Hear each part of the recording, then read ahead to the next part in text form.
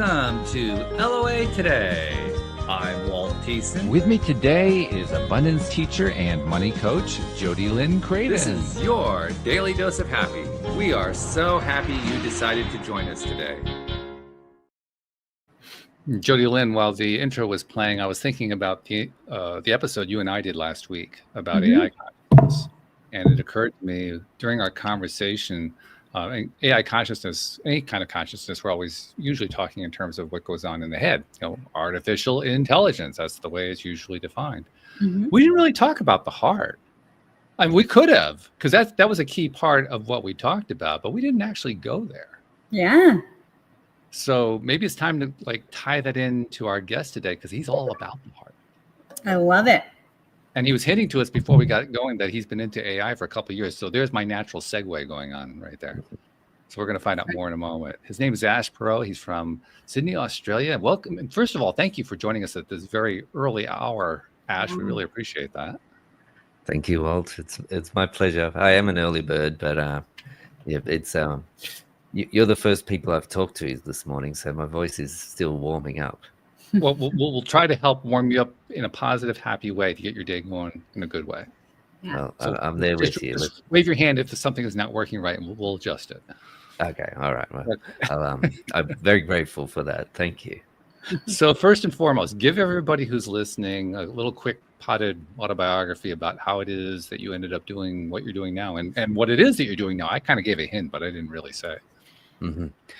So in 2016, I had a near-death experience where I was in a hospital and there was an operation and things didn't go so well. And we can go into the details if you like, but I got to this point where I left my body and I had no pulse. I wasn't breathing. There was an emergency team trying to keep me alive. And I experienced that as being these ripples going out and out and out. And so people say, did you see a light? No. I was just in blackness, like stillness, blackness, except for being these ripples. And the ripples were me. I was the ripples. The ripples were everything. There was no separation. And I was very surprised that I had conscious thought. I was, because I'd been aware that I was dying. I was aware that this team was trying to keep me alive. And I could hear them, what they were saying. He's not breathing. Keep your eyes open, Ash. The ECG monitors aren't sticking on him. I could hear all these things happening, and I heard them say his blood pressure is 52/36. And that's when I thought, oh, I'm in real trouble here. And then it just kept going down this pathway. And I'm thinking, I'm dying. And I could see where everybody was in the room, and I was very, very present, and I just couldn't keep my eyes open anymore. And I faded out and went into this stillness of ripples. And one of the things I thought was, I'm still me. I thought I might become like this enlightened Buddha or something, but I'm still me. And it was this real sense of the self. And so as I've contemplated since, it's like, okay, my conditioning stayed in my body, right? Like all these things that we pick up in our training. So for example, my accent, right? Like our accent is a conditioned thing. Sure. And so as I left my body, these conditionings dropped away, and I was left with this sense of the true essence of myself. Wow. And so that was very powerful to experience that just alone. And I was bargaining. I started bargaining because I didn't want to leave. And I was really saying, I want to stay for my partner. I want to stay for the kids. And I was still dying. And so how I knew I was dying was the ripples were just going out and out. And I had a knowing. And these things are just happening like, almost instantaneously. And then I got to this point where I felt this warmth, and I said, I want to stay for the work that I do and walk the planet from my heart. Totally different thing, right? Before I was staying for everybody else, which pattern of my life had been the martyr and putting everybody else first, putting me last, in a lot of suffering, a lot of disappointment, a lot of resentment. I had PTSD and depression and physical issues that were happening.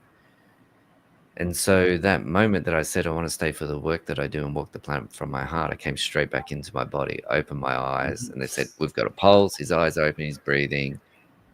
I had level 11 pain, just off the scale, because what had happened was I had an internal bleed and I'd lost so much blood that the blood was pressing on my organs. But there was part of me that was still able to be grateful that I was back. Wow. And so that's almost 9 years now, and it's been the inquiry, okay, what does it mean to live from my heart? And so that was initially for the first year. It took me 8 months to get back to full-time work, but so initially it was okay, health, but I had this piece in my brain. It's like, okay, what does it mean to live from the heart? I wasn't living from my heart. Oh, I thought I was. I was trying to make everybody else happy. And so, and of course, too, I experienced consciousness. What does that mean what is consciousness? So these questions, which happens to all of us, we have like a vision of where we want to go or be in our lives.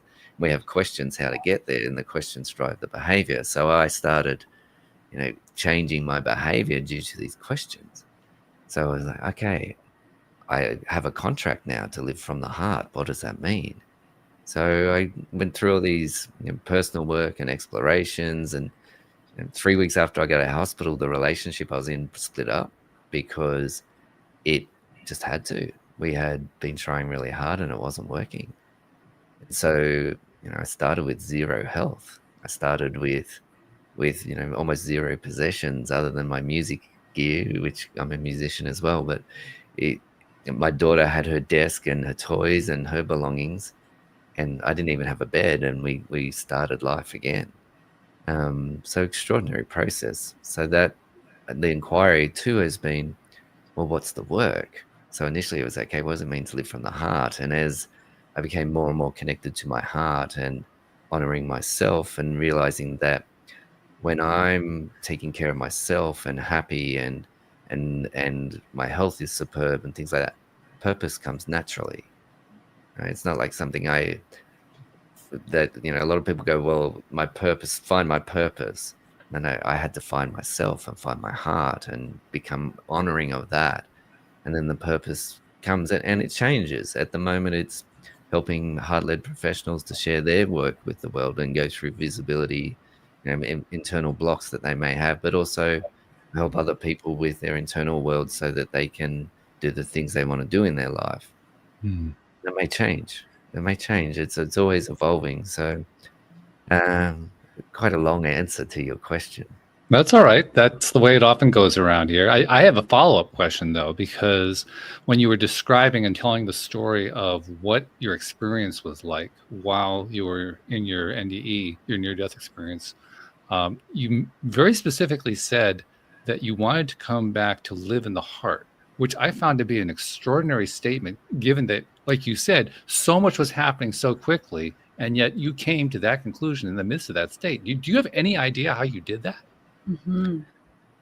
Before I said it, I felt a warmth, and then it just came from somewhere else. Right? I talked about shedding the conditioning, right? Like the conditioning of being there for everybody else. And the person I didn't want to leave was my daughter. I didn't want her to be that 9-year-old whose dad had died. Yeah, it was just like, no, I don't want that for her. But that, I think that dropped away too. And that sense of self, and there was a connection to my true nature that came through. And so I often say it's like the soul's fingerprint. We all have this unique fingerprint that is us. I got to experience that as me and realized that was unique. So when you said that you were wanting to live in a heart-centered existence, what you were really trying to express was you wanted to live in that true personhood that you had discovered once everything had been stripped away, and you liked it.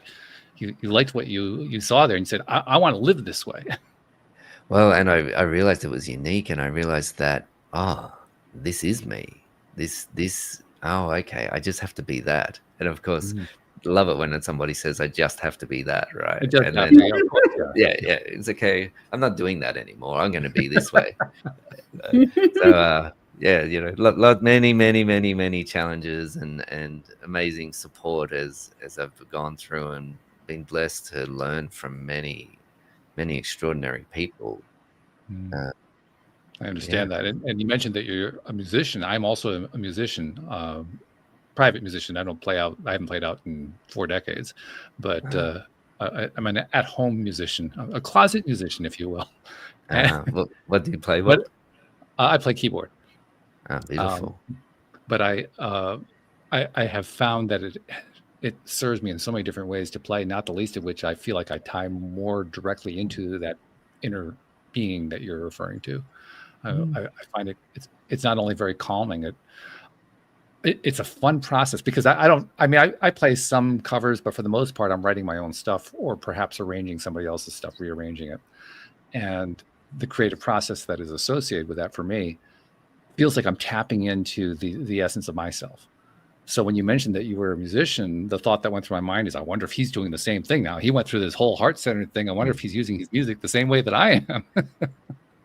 Well, I can certainly relate. In 2006, I had a stillborn daughter, and as which that led me down the path towards the PTSD and depression. But my sanctuary was just playing guitar, just sitting in the hospital in the visitors room, no one else there, and I'd just sit there and play guitar, and that was the only relief for my grief. And then coming out of that, so, well, I thought I was going to be a dad. I'm guess that's not happening. And so I thought, well, I was going to give up being a musician to be a dad. So I'll go be a musician. And so that really opened up music for me and led me down this beautiful path of music and amazing people and travel and festivals and sharing the gift of music and connection on the road. And Not to mention actually becoming a dad as well. yeah, I know. Yeah, 11 months later, I became a dad, and just the greatest gift for me. The greatest gift. Yeah. So, is music still a way that you tap into that heart center? Yes, so I still play every day. There's always some song that I'm working on floating around, and I find that if I sit and play, I come from a different place for the day, and also the song is playing in the background. Oh yeah. Yeah, it's kind of like so. I have one that I've been working on where I sit at the back door of looking out over my garden, and the first line is, "I give thanks to my garden for watching me grow." I And love so that. and so I have this just going around my head all day, and then the chorus is something along the lines of, "These choices that I am making feel good," and so that as a mantra as I go through the day. Sure. And Well, yeah. yeah, That's almost better than just doing regular affirmations because that's affirmation to music. yeah, yeah. So to sort of maintain that habit, I make sure that I do gigs, that I do shows, because what happens is that will slide for me. Whereas if I know that I've got a show coming up that weekend, I'm always playing every day, not all day. Like my other work takes up most of my time, but it's always there. It keeps it in my life and keeps me grounded and more connected to myself. Yeah. Jodie Lynn, I never asked you, do you play a musical instrument? No, I used you to don't. sing when I was a kid. You were a singer? Oh, yeah. Okay. Yeah. Closet singer. I don't sing in front of people anymore. The last time I sang was to my husband on our wedding day. Yeah, that's it. What song did you sing? My Best Friend by Tim McGraw. Oh, beautiful. Yeah. We couldn't decide which song we wanted for our wedding. And then he was like, all right, that one's too fast. And, we should pick this one. And so we picked a different one that we really both loved. And then that sparked the idea of I should sing the other one to him because the lyrics really speak to my soul of him being my best friend and being there for me in a way that I've never had. And so I was like, okay. And I recruited a friend and I was like, okay, so I can sing, or I used to be able to sing. And how about I sing for you and you tell me if I'm crap? And if I am, I'm not going to do this. Be honest with me.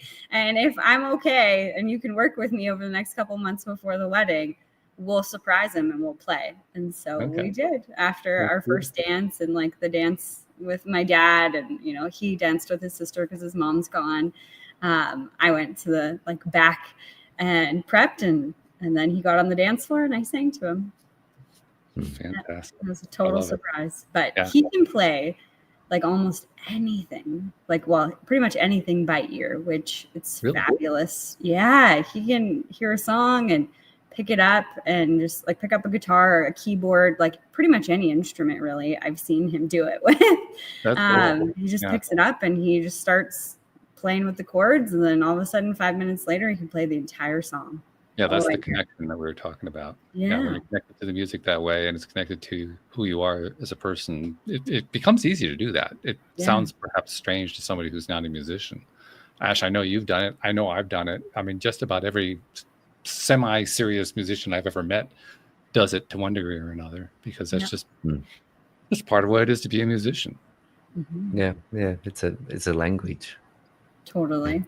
And so you just learn the language and learn the patterns of the language, and then it's much easier to work out what's happening in a song. Interesting choice of the word too, language. I would apply that, because it's a language. It's almost like you're inventing a language as you're speaking it. Do you know what I mean? Yeah, I do. Yeah. And that's you know, I haven't had many. My main instrument is guitar, and I play slide guitar, and lots of those sort of, you know, things, that stringed things.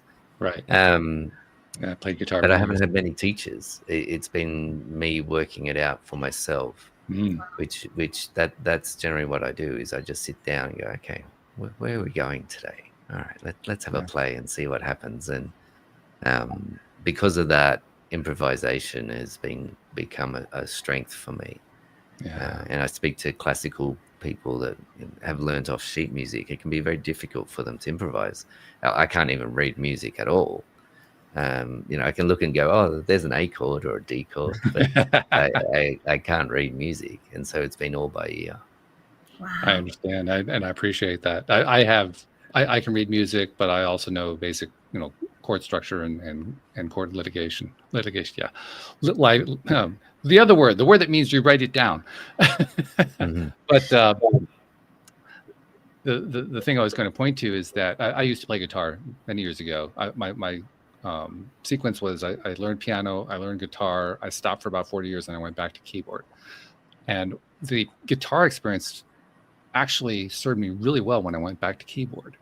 I picked it up a whole lot easier and a whole lot deeper than when I was first playing piano all those years ago, because of the chord structure of guitar.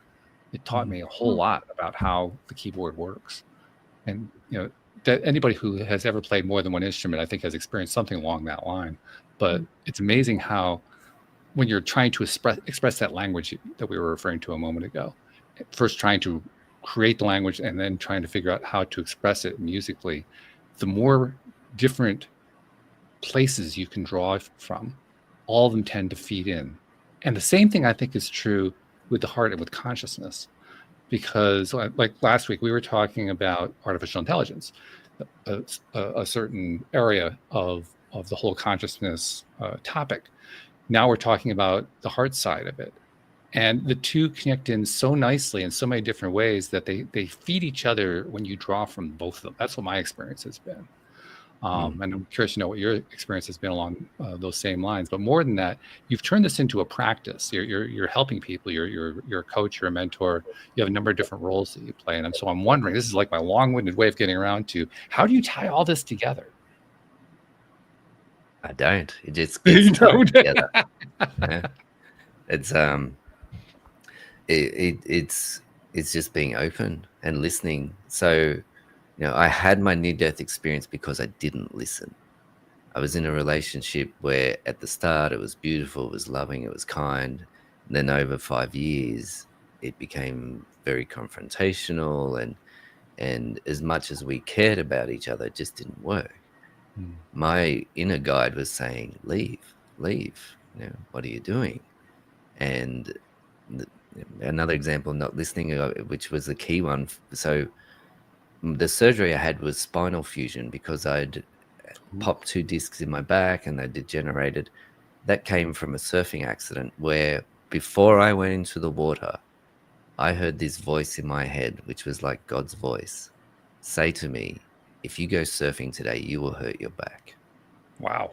And and I didn't like my job, right? Because I just didn't like my job, and I didn't want to go back to work. So I said, bring it on.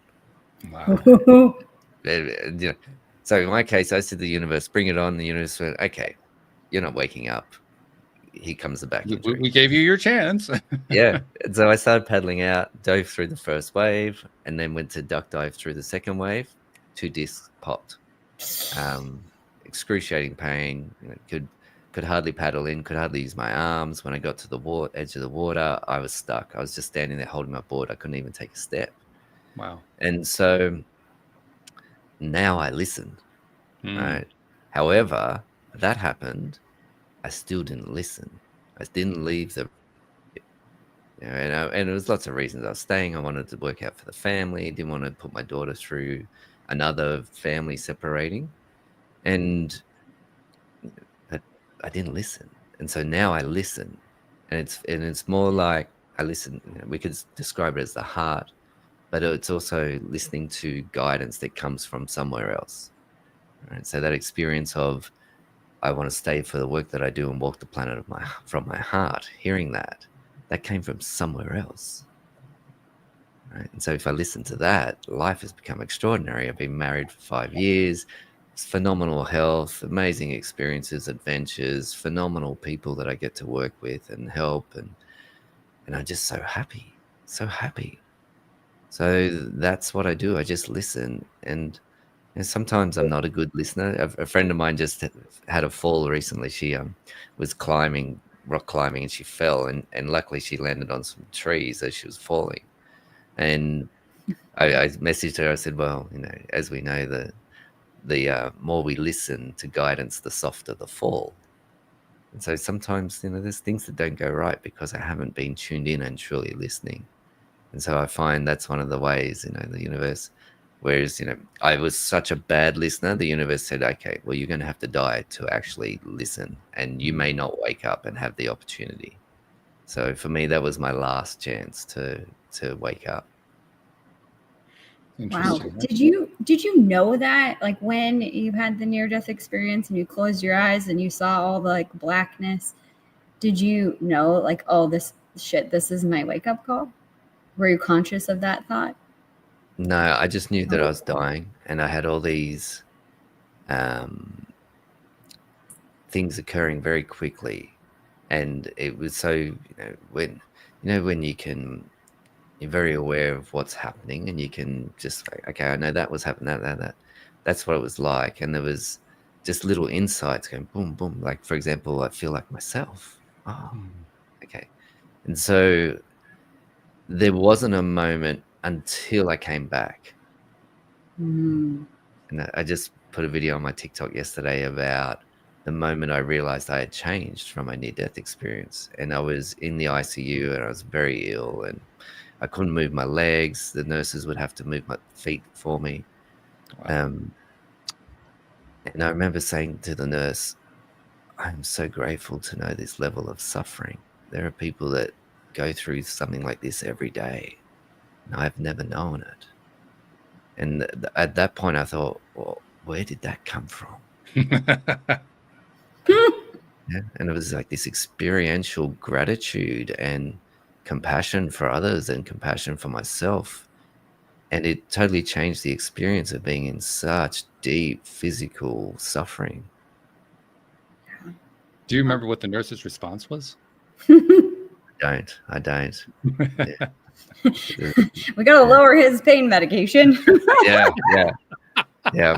Yes. But that was a fun journey in itself. I discovered morphine and we do not go well Don't together. mix. No, okay.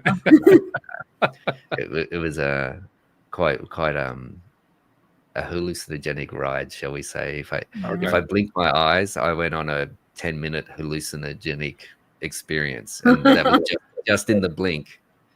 It was excruciatingly painful, just being on morphine. So yeah, and it was also most medications and we don't work together. It doesn't go well. So yeah, so I got off anything I could as fast as I could. Wow. And while you were in the experience, when you saw the ripples, did you have like an understanding, or what was the understanding of what that ripple meant, or like what the meaning of it was? I didn't have an understanding. I had the surprise. Oh, I'm ripples. I am the ripples, and the ripples are me. The ripples are everything. Yeah. And so since then, it's been contemplating. So there's I love the work of Richard Rudd, and he talks about three ways of being, and there's focused attention, meditation, and contemplation. So contemplation is when we just go, okay, I'm going to consider this and just put it out there. And like there's that story of was it Benjamin Franklin who would sit by the stream and fish every day, and he would fish for a couple of hours every day, but he didn't even have a hook on the end of the line. So that was his contemplation. Yeah. So with the ripples, that's been a contemplation. So now what I have heard, we shall say, it's like, okay, we're all ripples. What we do in the world is ripples. What you do with your podcast is ripples. Yeah, these conversations you have, these actions you take in life, these gardens you plant, these people you speak to, you're creating ripples. And so that's my work, is to be a ripple. And my work is to help other people be their ripple. And so in that context, gosh, life is simple.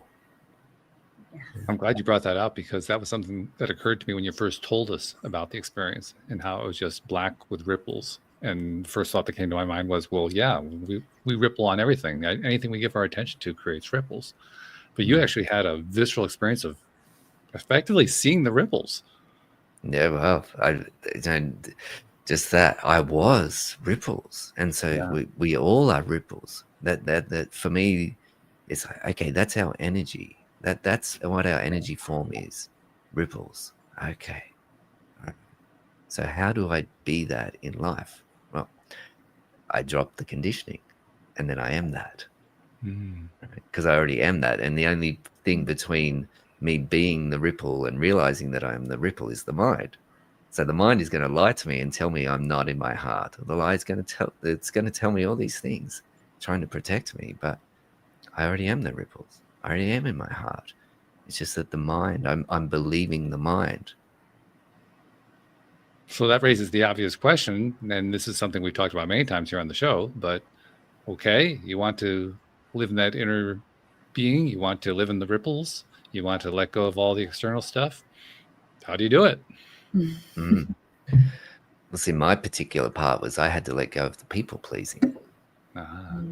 Yeah, because that's where I had been conditioned, was to people please, to the point where I would suffer deeply and still people please. And so that the conditioning is still there. Like I said, right, we still have an accent. I still have conditioning. It's not, my accent isn't going to change. No, none of us. Yeah. So it's like, okay, how do I work with that? So I don't work on my business. I work with my business. I don't work on my health. I work with my health. I don't work on my conditioning. I work with it. And then having self-compassion, and there'll be things in my conditioning. So one of my frustration points is slow drivers. I live in a city of 8 million people, right? And my life is set up so I don't have to be in peak hour traffic. But when I happen to be encountered, I still have the conditioning, which I remember from my father, right? he would say things like, "Where did this person get their license, in a cereal packet?" Right? He would, and so I still have, there's conditioning there. Say, "Oh, okay, I just got frustrated at that car or that person that I think is in the car. Can I have self-compassion and love for myself in that moment?" And then that helps to dissolve the conditioning. It's like, okay. So instead of the frustration with myself for having the conditioning, making it the conditioning stick, self-compassion, self-love, which is a practice, not a perfection. Yeah. And then just the practice of that, dissolve, and then come into the heart, true self again. And that's the key word. It's a practice. And practice means you practice it every day. Yeah. Yeah. And sometimes practice goes well. Sometimes practice doesn't go well. As any musician knows. Yeah. Sometimes it's really hard to have self-compassion. Oh, but yeah. Can I have self-compassion for myself when I can't have self-compassion? Like, let's go quantum levels out, right? Right. Yeah. Yeah. Having compassion about compassion. Yeah. That's when you know you're really in your head, right, Jody Lynn? Yeah. There's contemplation right there. Yeah. Yeah. Curious, Jody Lynn, what's the contemplation? I think I'm in a lot of times in my life, I'm in contemplation. I'm always thinking about what am I thinking and why am I thinking about it? So the contemplation is just simply of how can you have compassion when you're not being compassionate, or like when you're in a moment where you're not compassionate. That's a beautiful contemplation to have in that moment or in any moment, just recognizing that, oh, okay, I can see it. I'm not having compassion for myself. So where do I find it? Or what does that look like? Or what could it feel like? That's the contemplation that I would go into. Thank you. Beautiful. Yeah. Yeah. For myself, it's more along the line of, oh, I'm doing it again. Just stop it. Yeah. And how does that go? Does that work? Well, if I stop there, it doesn't work at all. I actually have to take it to the next step, which is to find the actual compassion. But first I have to get through that one step. Like, just stop. Just stop that. Just stop. Yeah. Yeah. Yeah. Which can work. Yeah. Like, Well, I need to break up the train because otherwise that train just keeps going. It has a lot of momentum behind it. So I have to stop that momentum. That's what I'm really trying to do with it. And once I've stopped it, which can take a few stops, like stop. No, I said stop. Stop right there. Stop. I have to go through that a few times. And then once I've done that, then I can take a breath, and then I can just kind of calm, say, okay, not a big deal. Everything's fine. Here's the good stuff that's going on right now. Just counting the blessing kind of a thing. And usually that's enough to distract me away permanently from whatever it was I was trying to stop. But not always. Sometimes I have to go through it a few times. For me, I find I'm a better person, coach, friend to others outside of myself than I am. Oh, myself. Yeah, of course. Which I think is true for all of us. Yeah. And I find that the quickest way for me to move forward is to think about that. Like, if this was my best friend saying the same thing, same scenario, whatever it was, how would I help her move through that or see a different perspective? And when I can see it from that place of being a friend, I'm like, oh, okay, got it. I know what my best friend needs. Me, it's easier. Yeah. For me. And I love that you're bringing your compassion for others towards yourself and accessing that self-compassion that way. It's beautiful. Well, I think for me, it's always been easier to be nicer to other people or more compassionate or reasonable or, even just nice to the outer world or people around me. I can find all sorts of reasons. Like, you tell me a problem and what you're thinking, and I can give you a completely different perspective. But it's harder for me to do it for me because I'm harder on me. But when I step into that role of a friend, like if this was my friend saying these same things to me, then what? And then I can see it. Oh, okay, Jody, you need to have compassion for yourself. You need to love yourself. Or like, this was a mistake. It's okay. This is being human. You're going to make mistakes. It's all right. That's a cool tool. I like that one. How would my friend myself, if I'm my own friend, how do I respond to myself? Yeah. That's essentially what you're asking. Absolutely. Because it's no longer, for me, it's not about me anymore. It's about my friend. And then when it comes out of my head or out of my mouth that I would say this to my friend, I can't not take that and apply it back because I don't want to be a hypocrite. Like, I can actually see it with a different kind of clarity now when it's outside of myself. And then I can turn it back and say, okay, this is what I need. Do you feel it differently when you do that? Totally.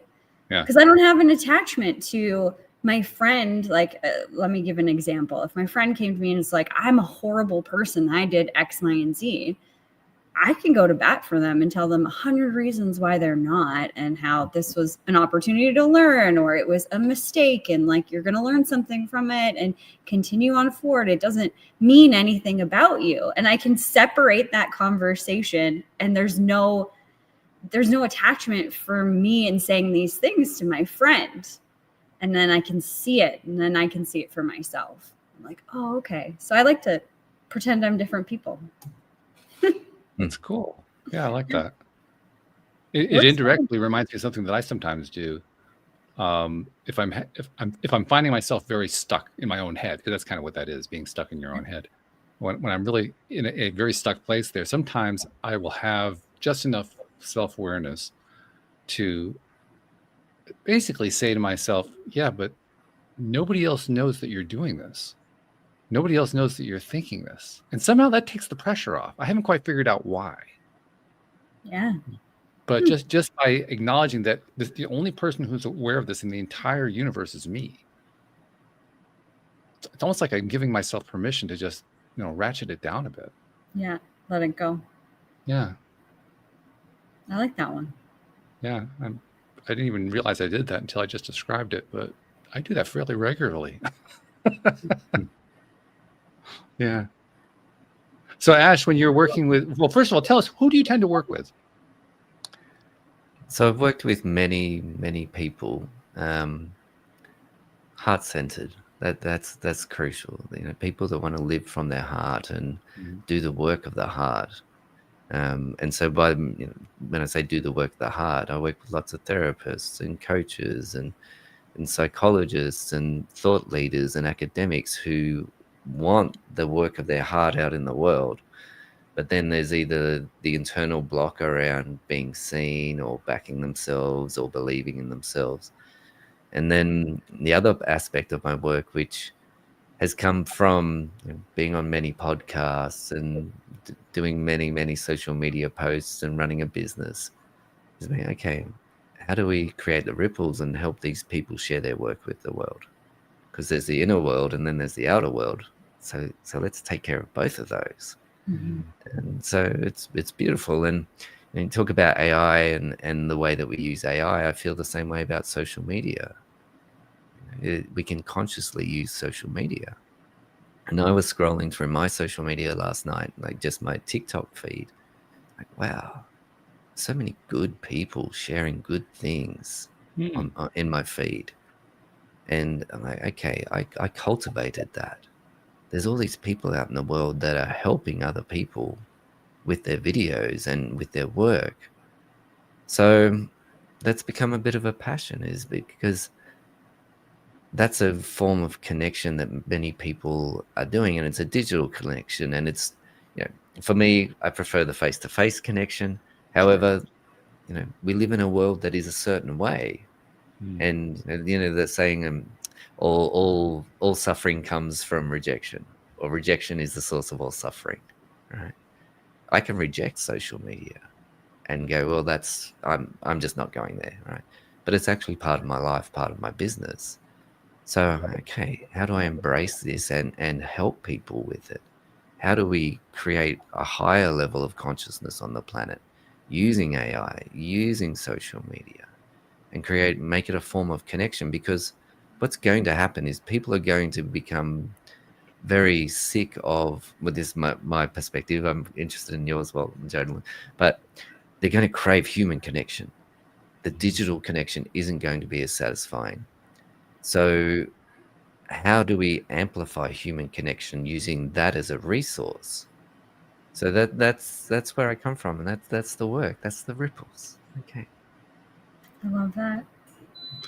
I would answer what you're saying by pointing to the younger generation, what they're calling Generation Alpha.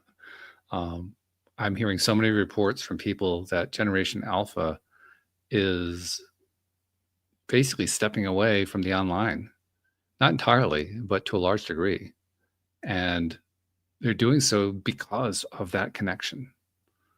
They're discovering just how powerful that human connection is, and they're kind of, it's almost like it's a backlash against, not quite, but it's almost like an online backlash to what their parents, because their parents are basically the Gen Zs and the millennials, and that backlash is, well, that's what kids have done for generations. There's always the backlash against the parents. That's part of what their job is to backlash against the parents. But in this particular case, the backlash is, well, I'm going offline. You guys can do what you want online. I'm doing the offline because that's where the real connection is. So I think Generation Alpha is echoing what you're saying, Ash. I think that's something that they're embracing. Yeah. And I think that there's like a turning point too, if I could add to yours, Walt. And it was actually a part of one of the questions I wanted to ask you, Ash.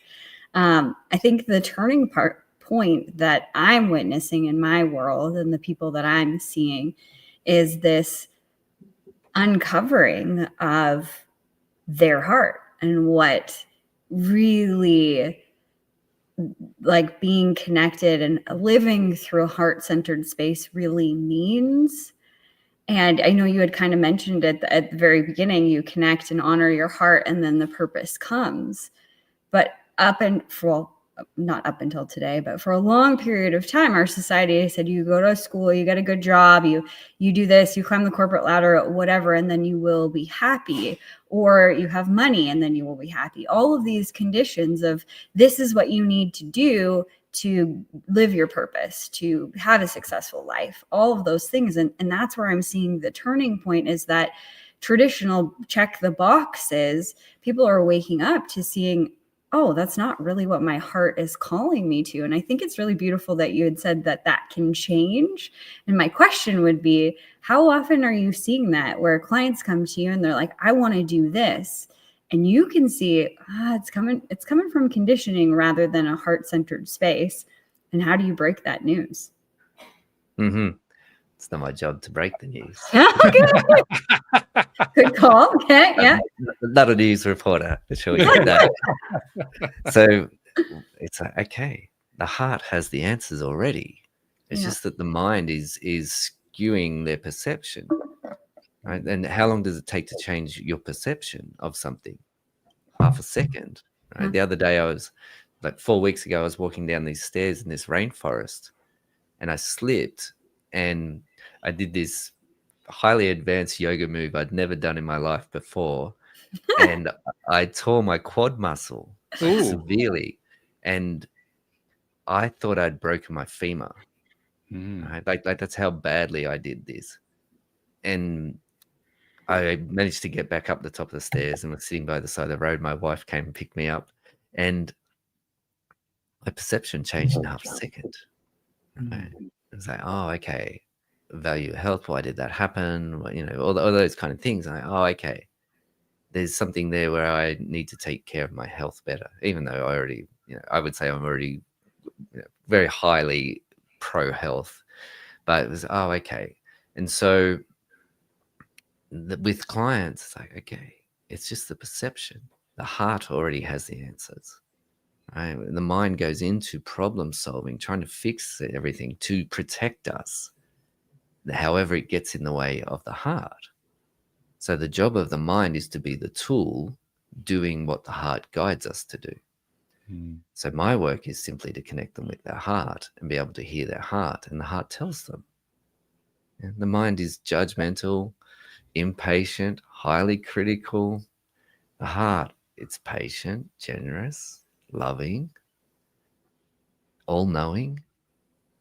So when we come into the heart, Okay. Nervous system settles. And then those false beliefs that we have become more apparent. And we have the false beliefs because they're protecting us. However, that's not the job. Like when in our sort of primal form, we were in survival mode. Right.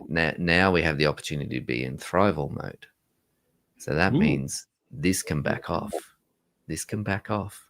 All the resources are around us. And if we're coming from the heart, we're going to see those resources better. I like that word. You mentioned thrival. Yeah. Yeah. Thrival. Yeah. I like that a lot. That's really good. Yeah. Contemplation and meditation. It's amazing what comes through. Yeah. No kidding. Yeah. Love that. Something else that occurred to me too. You were making reference to the distinction between the heart and the mind, the critical mind and the all-loving heart. And it's something I noticed. I've noticed it on many occasions. I'm sure many of us have noticed it at various times. But particularly lately, I've noticed it. The ability of the mind to claim to be speaking for the heart. Jody Lynn, I know you encounter that too in your own life with your coaching clients, all that kind of thing. It's amazing how often, though, we'll do that. And we're convinced, we convince ourselves before we convince anybody else that that voice that we're speaking from is coming from the heart when it's actually coming from the head. And I realize I do the same thing too. It's one of those things that raises the question, like, how do you avoid that? Because if you're trying to live a heart-centered life, you could deceive yourself pretty easily. Yeah. And that's part of the path. It's just part of the way is that you will be deceived. And something I observe is the more work people do, the cleverer the mind gets at manipulating and coming up with different strategies for protection. So it's okay. And of course, I love the Buddhist term, the second arrow, which is where we're judging ourselves. We have something happen in our life. So say, for example, let's say I'm judging myself because I messed something up. I sent out an email newsletter and there was a typo in it and I forgot to put a link in correctly. And my mind starts going on top of me. And then so that's the first arrow, the pain of having messed up. The second arrow, they call it the second arrow, is me judging myself for making the mistake. Right? And that's what makes the pain stick, is the second arrow. That makes sense. So it's okay. We work on the second arrow. The first arrow is gone. And then there's this ease. And so we start to see those little patterns of the mind and the familiarity and the self-compassion that leads us to being in the heart more and more and more. So follow the second arrow. Yeah. Because that's what's making it hurt, is that we've attached a story to us feeling a certain way. Otherwise, the emotions just come and go. Right? With deep presence, you probably experience this yourself. With deep presence, like, there's anger. Gone. So for somebody who says they're trying very hard to live in the heart, but they're finding themselves stuck in their head, what do you say to them? Well, the heart's there. And what do you love doing? What brings you into your heart? That's one way. And the other is learning the practice of being in the heart. So, if it's playing keys, go play the keys. If it's singing, go sing. And Jodlyn, I would say, you said I was a singer. I would say you are a singer. But she's still there. Yeah. She's still a singer. I'm sure your husband agrees that you're a singer. I'm sure it's true. Yeah. So that's one of the doorways into the heart, is just doing things you love. It's so funny how we complicate that, or how we put all of these conditions on everything of like, I can't do that because it's not going to pay me money, or it's not going to pay my bills, or it's not going to, build my business or whatever. It's so interesting how we get wrapped up in that conversation instead of just taking the time to do it. Yeah. And then you become more vital and energized and more magnetic, so that the clients you want to attract, they come, because you're actually embodying living from life the way that your unique self wants to live from life. I actually have a really cool story that Yeah. ties in perfectly to this. So I've spent the last probably 5-6 years really like connecting with my heart, maybe probably 8 years. What does my heart want? What do I really love to do? And then building my life around that. So I have a very different life. And one of the things that we do in my different life is we grow giant pumpkins. And so these things are like massive, and it's something we do all summer. And the way off was just this weekend. And I had, I had this idea a couple of weeks ago. Probably about 3 weeks ago. My husband and I were talking, and he was mentoring someone else, and they were beating us in the contest. He did such a good job, and he spent all this time and whatever. And it was just coming to this realization, like, hey, you got to stop mentoring people for free. Like, maybe this is something that we should do. And I got really excited about it, and thinking about how we could bring this to the community and kids, and like getting people outside and connected to nature. And I think for me, what I get out of it is the beauty of watching the magic that is possible in our world. You have a seed that fits in the palm of your hand, and by the time the season is over, you need a tractor to pick this thing up. Like, it's ginormous. So it's so magical what is possible. And I want to bring that to people. So I'm obviously really excited about that. And so I decide I'm going to put together this apprenticeship for whoever wants to be an apprentice and learn how to grow giant pumpkins. And like, I put all these ideas together and like reformulate it, and finally get to like, okay, this is what we're going to do. I ordered t-shirts like 2 weeks before the way off, and I'm like, I don't know if they're going to come. I don't know. And it's looking like they're not going to come. Like, they're supposed to ship on Monday, and it's Wednesday, and they haven't shipped, and they're coming from across the country. And I'm like, okay, plan B, how are we going to announce this? How are we going to do this? Okay, I'm going to do flyers, and I'm going to pepper the parking lot. And my husband's like, no, I don't want our name associated with a bunch of garbage that's flying around, like you're littering. And I'm like, okay, plan B. Like, what are we going to do now? Like, I really don't know how I'm going to make this work. Tell people about it. And I'm like, okay, well, maybe the food trucks at the fair will let me put up like my little poster, and like maybe the admission booth will let me put up my poster. And yeah, they did. And I was like, okay, well, like that's something, whatever. Right. Then like the 11th hour Friday night, the shirts come in, and I'm like, yes, but it's super cold. So they gave us as growers hoodies that say like pumpkin grower on them, and everybody's wearing those, including my husband. And I'm usually the cold one. I'm like, oh man, how am I going to wear my t-shirt? It's cold. What am I going to do? And I'm like, okay, whatever. I'm going to wear my sweater for a bit. And I had my t-shirt underneath it. All good. I end up taking off my hoodie, and our pumpkin is like next up, or one of the 3 pumpkins that we had. And I was like, okay, I'm going to go get a picture. And, happenstance, I was talking to this other grower who was a lady earlier in the day, and, just telling her about our pumpkins and what we're excited about and whatever. And, never just being nice, being who I am. And so I go up to take a picture of the pumpkin on stage, of like, I'm just, paparazzi over here. Like, this is my little baby taking pictures or whatever. And I've got my t-shirt on that says, want to learn how to grow a giant pumpkin. And the other grower I was talking to, she says, you got to go up there for a picture. And I was like, no, it's fine. I don't need to go on stage. It's okay. No, you got to go. And then the MC, who is a radio announcer for one of our local radios here in Alberta, he's like, you got to come up and take a picture. My husband's nowhere to be found. Like, we grew this together, but I'm like, okay, I guess, whatever. I'll go up. So she makes me go up on stage and take a picture. I smile, whatever, right? And as I'm walking off, the radio announcer, who's our MC for that day, he's like, what's on the back of your shirt? And he reads it, and I was like, it's a giant pumpkin apprenticeship. We want to teach people how to grow. And he's like, want to plug it? In a room full of hundreds, maybe 1,000 people. I'm like, sure do. Yes, I do. So he gives me the mic, and I plug it, and I have all these people coming up to me looking for the flyers and asking to take a picture of my shirt that's got the information on it. And then it gets even better. We go up there to get our ribbon because we placed in the contest. And as we're getting our ribbon, I had the flyers in my hand, and the radio announcer, he's like, I'll take one of those and I'll plug it on the radio for you. Oh, right?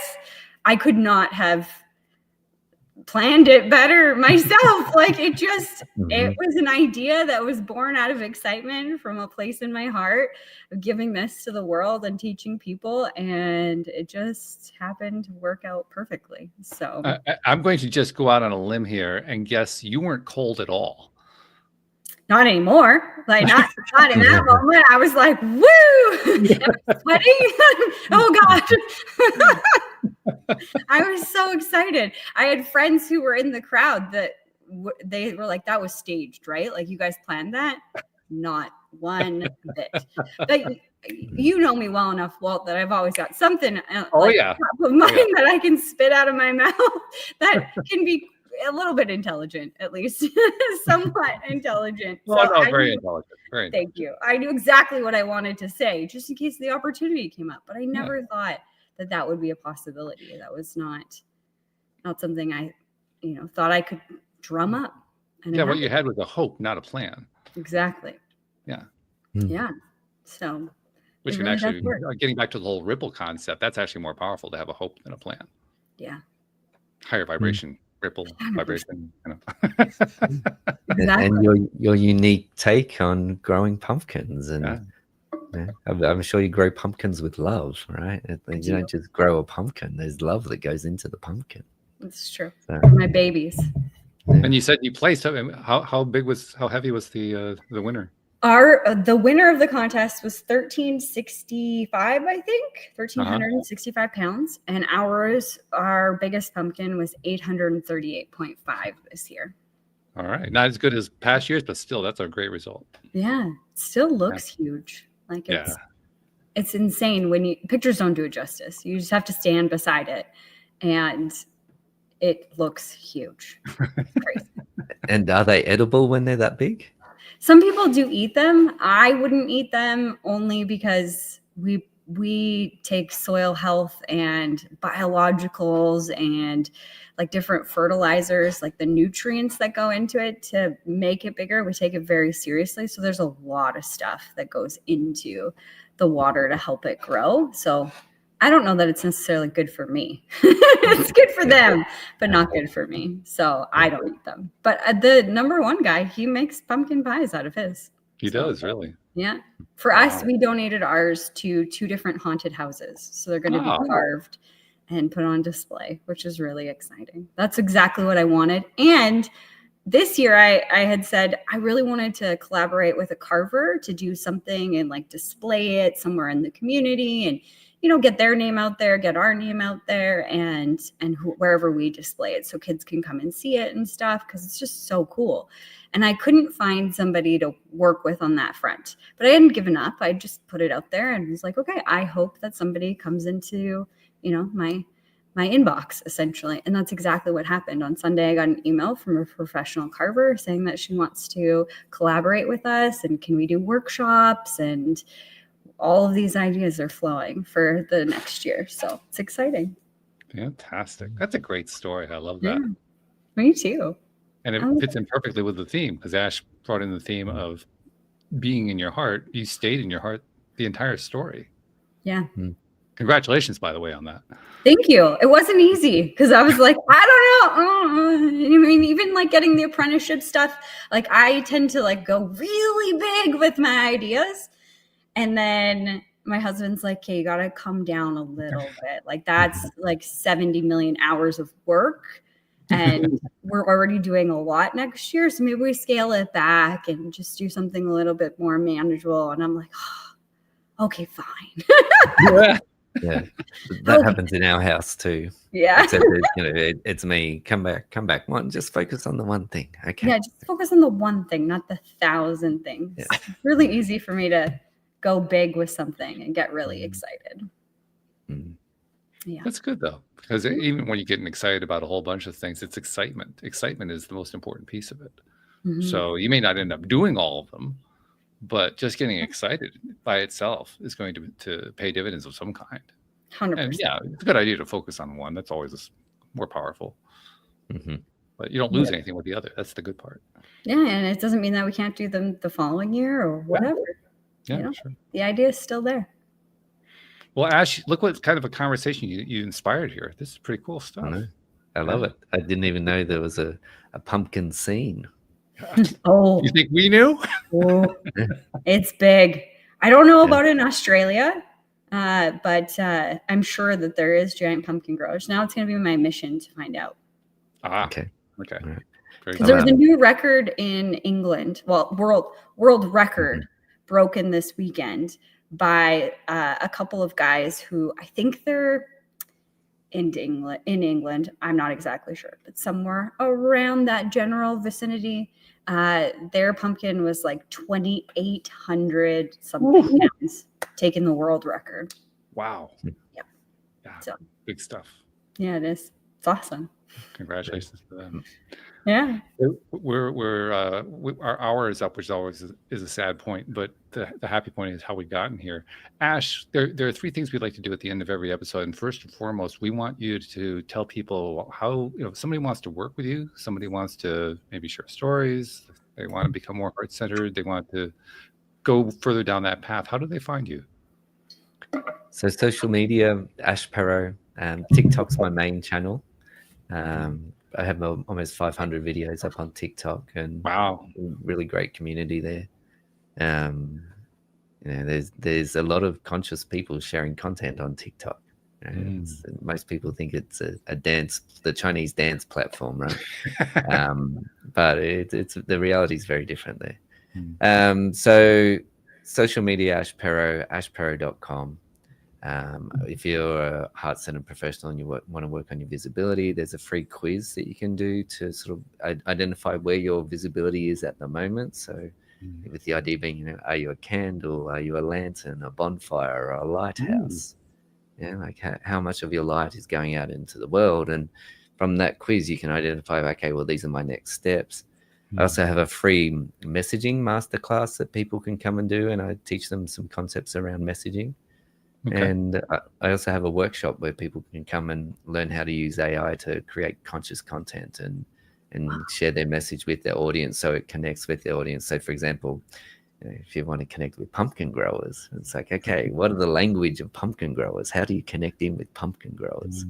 And so teaching people how to do a deep dive on that and really, because connection, it's about connection and trust and authenticity, not about role playing and being something else other than you are and coming from the heart. So that's that. And also the one-to-one work, if people want to connect with their heart, they can see at ashperrow.com there's opportunities to contact me through there.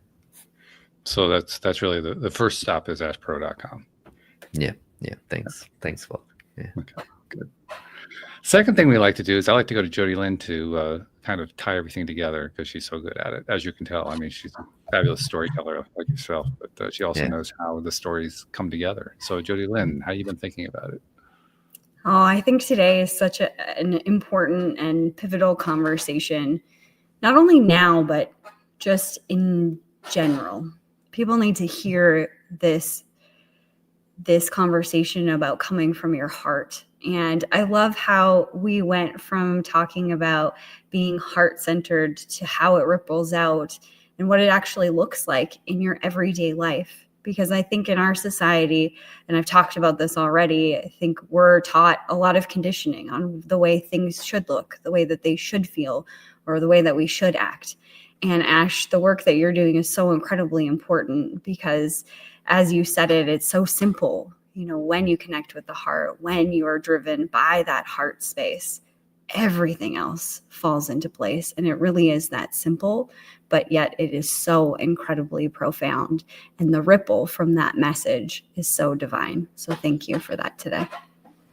Thank you, Jody Lynn. And thank you, Walt. And Jody Lynn, thank you for inspiring me to go to a pumpkin festival. I can't wait. Yes. Yeah. You're welcome. There you go. There's another victory for today. I love that. Mm-hmm. Final thing I like to do with every episode ties in perfectly with the experience you had in your near-death experience, where you experienced yourself as ripples. Because what I like to talk about is the ripple effect. And it's the ripple effect that's tied to the 21st century. I mean, you're in Australia, she's in Canada, I'm in the US, and we're having this conversation like we're sitting in the same living room. That was not possible 30 years ago, but it's possible now. You're on TikTok. There are the social media channels that people regularly frequent. That wasn't existing 30 years ago. It now exists. And as a result, there are many, many people now who are sharing from their heart. They're sharing what they've learned, what they found to be valuable with others, and they're passing messages along to people that they don't even know. And it's a wonderful thing that that's happening. The thing that seems to be missing from my perspective is getting credit for that. So Ash, on behalf of those people you've never met, never seen, never will meet, never will see, who you've been helping in ways you didn't even know about just by doing your TikToks, by coming onto this podcast, other podcasts, on their behalf, thank you for what you're doing, because you're making a difference in this world. Yeah. Thank you, Walt. And that really landed in my heart. Thank you. Beautiful. Thank you. Yeah, thank you. I hit the target. I love it. You did. You nailed it. You made me teary. Look, my eyes are going all teary. So thank you. All right. Yeah. 100%. I love it. So something I show in my workshop is what it's like to talk to a room of 10 people, and then what it's like to talk to a room of 500 and 2,000. And then my first sort of video about my near-death experience, there was 70,000 people, right? Like a stadium of people. And last year on TikTok, I had 2 million people, which was 29 football stadiums of people benefit from the content. Right? So it's like, so what you said then, and most of those people I never, ever, ever, ever hear from. Nope. Right? So thank you, Walt. Thank you. You're welcome. Thank you. Thanks for joining us. Thanks for sharing your story. And we wish you all the best going forward, because I'm sure you're going to touch many more millions after that. Oh, thank you. And what a beautiful podcast you have. I really love it. Really love it. And yeah, thanks. What an honor to be your guest. So thank you. We love it. I'm going to be doing it for years. I think Jody Lynn's going to be here for a long time too. Yeah, we love it. This isn't going to stop anytime soon. Yeah, so thank you very much. Thank you, podcast listeners everywhere. We will see you all next time here on LOA Today. Goodbye, everybody.